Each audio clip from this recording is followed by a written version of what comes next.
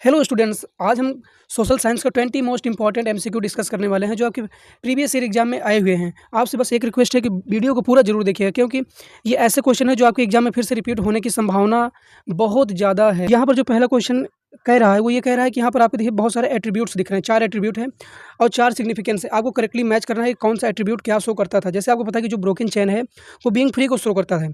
Breast plate with जो eagle है वो आपका स्ट्रेंथ को रिप्रेजेंट करता है, और जो क्राउन ऑफ ओक लीव्स है वो आपका हेरोइज्म को रिप्रेजेंट करता है। जो स्वॉर्ड है वो रेडीनेस टू फाइट रिप्रेजेंट करता है। तो यहाँ पर ये जो ऑप्शन मैच कर रहा है वो है आपका ऑप्शन नंबर बी। तो इस क्वेश्चन का जो आंसर होगा वो होगा आपका ऑप्शन नंबर बी। यहाँ पर जो सेकंड क्वेश्चन वो ये कह रहा है, which one of the following aspects was common between the writing of B R Ambedkar and E B Ramaswami Naicker. तो यहाँ पर मैं आपको बता दें दोनों बहुत ही अच्छे राइटर थे, लेकिन उन दोनों के बीच का ऐसा क्या कॉमन पॉइंट था जिस पे दोनों लोगों ने अपनी राइटिंग लिखी थी। तो वो था कास्ट सिस्टम जो इंडिया में था उसके बारे में दोनों लोगों ने लिखा था। तो इसका जो आंसर होगा वो हो जाएगा option number A, road on the caste system in India. तो यहाँ पर जो आपका तीसरा क्वेश्चन है वो ये है, who of the following setup the first iron and steel industry in India. तो जहाँ पर आयरन एंड स्टील की बात आ जाए वहाँ पर टाटा। तो ऑप्शन इसका कौन सा आ जाएगा? ऑप्शन नंबर ए, JRD टाटा। यहाँ पर जो आपका क्वेश्चन नंबर 4 है वो ये देखिए, क्वेश्चन नंबर 4 यहाँ पर आपको 4 इवेंट के बारे में दिया गया है और आपसे ये इसको अरेंज करना है कि कौन सा इवेंट पहले हुआ था, कौन सा इवेंट बाद में हुआ था। देखिए यहाँ पर 4 ऑप्शन हैं, तो चारों ऑप्शन को आप, अगर आपको आंसर पता है, आप आंसर देना चाहते हैं तो आप कमेंट बॉक्स में आंसर दे सकते हैं। आप जब क्वेश्चन आए तो आप उसको पॉज कर लीजिए और आंसर दीजिए, फिर उसके बाद वीडियो को चालू कर लीजिए। तो यहाँ पर देखिए सबसे चारों ऑप्शन में देखिए, the Bretton Woods conference establish the International Monetary Fund, the Second World War broke out between the axis and allied group, a car manufacturer Henry Ford adopted the assembly line method for production, the western economic organized themselves as a group, the group of 77। इन चारों में हम आपको बता दें तो जो सबसे पहले हुआ था वो था आपका a car manufacturer Henry Ford adopted the assembly line method for production.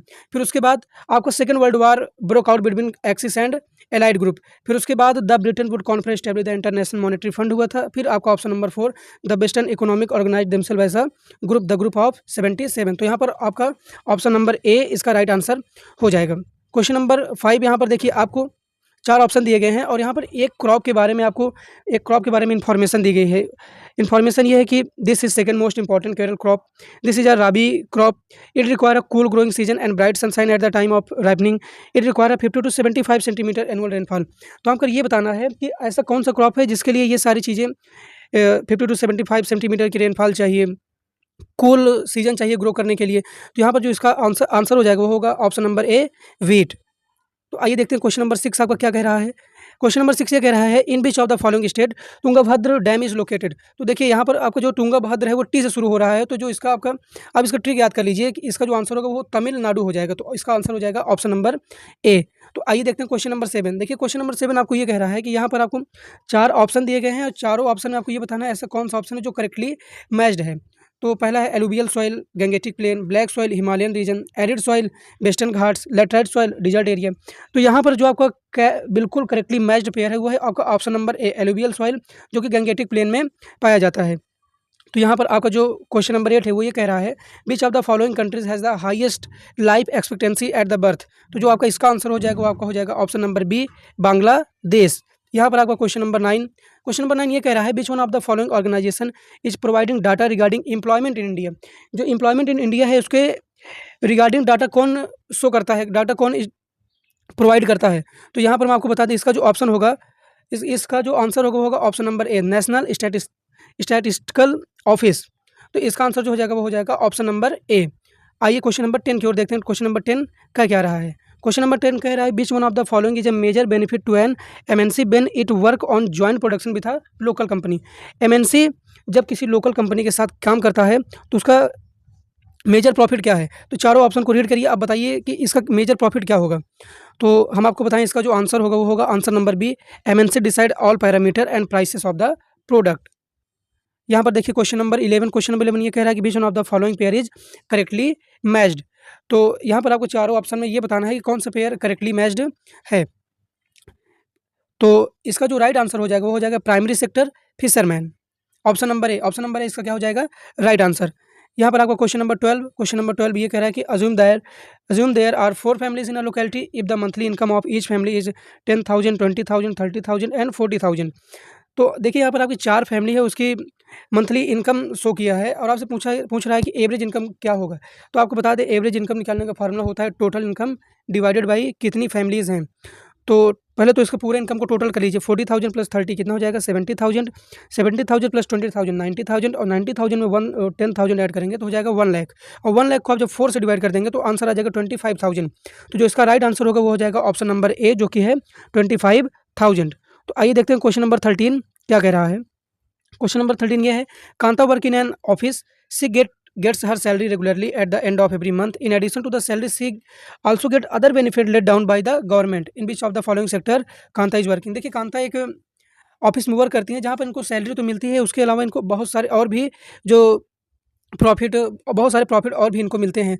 तो आपको ये बताना है वो किस सेक्टर में वर्क कर रही हैं। तो आपको पता है ये सब सिर्फ एक ऑर्गेनाइज्ड सेक्टर में ही आदमी को सैलरी के अलावा और भी बहुत सारी फैसिलिटीज़ मिलती हैं। तो इसका आंसर हो जाएगा option number A, organised sector. Question number 14 आपको कह रहा है which one of the following is a formal source of credit. Formal देखिए, रिलेटिव, ट्रेडर, मनी लेंडर, ये जो है इनफॉर्मल सोर्स ऑफ क्रेडिट है। तो इसका जो आपका आंसर हो जाएगा option number D, cooperative society. Question number 15 में कह रहा है कि यहाँ पर आपको 4 स्टेटमेंट दिया गया है और इसमें आपको बताना है कि ऐसा कौन सा स्टेटमेंट है जो पावर शेयरिंग के अकॉर्डिंग गलत है। देखिए, पहला स्टेटमेंट कह रहा है इट डिपेंड्स डेमोक्रेसी। तो अब आपको पता है कि अगर हम पावर को डिवाइड कर देंगे तो वो डेमोक्रेसी को प्रमोट करने का काम करेगा। बिल्कुल स्टेटमेंट सही है ये। दूसरा statement, it help to reduce conflict among social group.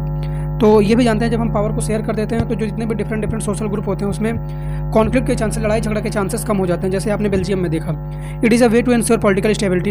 ये पॉलिटिकल स्टेबिलिटी को भी इंश्योर करता है, ये भी स्टेटमेंट आपका बिल्कुल सही है। चौथा statement, it brings socio economic struggle. तो ये आपका स्टेटमेंट बिल्कुल फॉल्स है, क्योंकि जब हम पावर को शेयर करते हैं तो सोशियो इकोनॉमिक स्ट्रगल नहीं होता है। तो यहाँ पर आपका पहला, दूसरा, तीसरा, तीनों स्टेटमेंट सही है। तो इसके अकॉर्डिंग आपको जो ऑप्शन नंबर ए है वो इसका करेक्ट ऑप्शन हो जाएगा। तो देखते हैं क्वेश्चन नंबर 16। क्वेश्चन नंबर 16 आपका असर्शन रीजन है। तो यहाँ पर देखिए, असर्शन कह रहा है election are the spirit of democracy. बिल्कुल सही है, क्योंकि जो इलेक्शन होते हैं ये डेमोक्रेसी की आत्मा होते हैं। बिल्कुल सही स्टेटमेंट है। रीजन कह रहा है इलेक्शंस एक्सपैंड पॉलिटिकल पार्टिसिपेशन। ये भी बिल्कुल सही है। और असर्शन का सही रीजन भी, ये भी बिल्कुल सही है। तो इसके अकॉर्डिंग यहाँ पर आपका ऑप्शन नंबर ए सही हो जाए, क्योंकि असर्शन और रीजन दोनों तो ट्रू हैं ही हैं, लेकिन उसके साथ साथ जो रीजन है वो असर्शन का करेक्ट एक्सप्लेनेशन भी है। तो इसलिए इसका आंसर हो जाएगा ऑप्शन नंबर ए। अब हम देखते हैं क्वेश्चन नंबर 17। क्वेश्चन नंबर 17 में यहाँ पर आपको ये बताना है कि ऐसा ये मैच द कॉलम का क्वेश्चन है। तो आपको बताना है कौन सा ऑप्शन बिल्कुल सही होगा। तो यहाँ पर आपका सब्जेक्ट दिया गया है और लिस्ट दिया गया है। तो डिफेंस आपका डिफेंस आपके कौन से लिस्ट में आएगा। तो आपको पता है कि जो डिफेंस होता है वो आपका यूनियन लिस्ट में आता है, और उसके बाद पुलिस जो होता है वो स्टेट लिस्ट में आता है, मैरिज कंकरेंट लिस्ट में आता है, और कंप्यूटर सॉफ्टवेयर जो होता है वो आपका रेसिड्यूअरी सब्जेक्ट में आता है। तो क्वेश्चन नंबर 18 में कह रहा है कि पॉपुलर फॉर्म ऑफ, यहाँ 4 ऑप्शन दिया गया, इसमें आपको बताना है कि most popular form of government कौन सा है। तो आप जानते हैं कि डेमोक्रेटिक गवर्नमेंट जो है प्रेजेंट टाइम में सबसे पॉपुलर फॉर्म ऑफ गवर्नमेंट है। तो इसलिए इसका 18 का आंसर हो जाएगा option number D. Question number 19 assertion reason based question है। असर्शन कह रहा है कि women in different part of the world organized themself and executed for equal right. अब आप स्टेटमेंट ये कह रहा है, असर्शन ये कह रहा है कि पूरे दुनिया में जितने भी वुमेन्स हैं वो एक साथ आई और इक्वल राइट के लिए फाइट की। तो स्टेटमेंट बिल्कुल, असर्शन बिल्कुल सही है। रीजन क्या कह रहा है, women's movement aimed at equality in personal and family life as well. तो ये भी सही है स्टेटमेंट, क्योंकि जो वुमेन्स का मूवमेंट था उनका मेन मोटिव था इक्वलिटी को लाना, जो राइट्स मेन के पास है वो राइट इनके पास भी हो, और उसके साथ साथ फैमिली लाइफ में भी इनको इक्वल अपॉर्चुनिटी, इक्वल राइट मिले। तो असर्शन भी सही है और रीजन भी सही है। अब असर्शन का करेक्ट एक्सप्लेनेशन भी रीजन है। तो यहाँ पर आपका ऑप्शन नंबर ए इसका राइट आंसर हो जाएगा। क्वेश्चन नंबर 20 कह रहा है which one of the following matter do not deal with the family law. तो यहाँ पर आपको बताना है ऐसा कौन सा ऑप्शन है जो फैमिली लॉ से रिलेटेड नहीं है, फैमिली लॉ पे जो अपना फैसला नहीं देता है। तो पहला ऑप्शन है मैरिज, एडॉप्शन, इनहेरिटेंस और फाइनेंस। तो पहला, दूसरा और तीसरा तो फैमिली लॉ में आते हैं, लेकिन जो फाइनेंस है वो आपका फैमिली लॉ में नहीं आता है। तो आपका ऑप्शन नंबर डी इसका राइट आंसर हो जाएगा। डियर स्टूडेंट्स, आपसे रिक्वेस्ट है कि चैनल को सब्सक्राइब कर लीजिए, क्योंकि अभी ऐसे बहुत सारे वीडियो आने बाकी हैं साइंस में, मैथ में। अभी तो हम MCQ लेके आ रहे हैं, बाद में 2 नंबर, 3 नंबर, 4 नंबर सभी टाइप के क्वेश्चन यहाँ पर आपको देखने को मिलेंगे। वीडियो देखने के लिए धन्यवाद। मिलते हैं नेक्स्ट वीडियो में।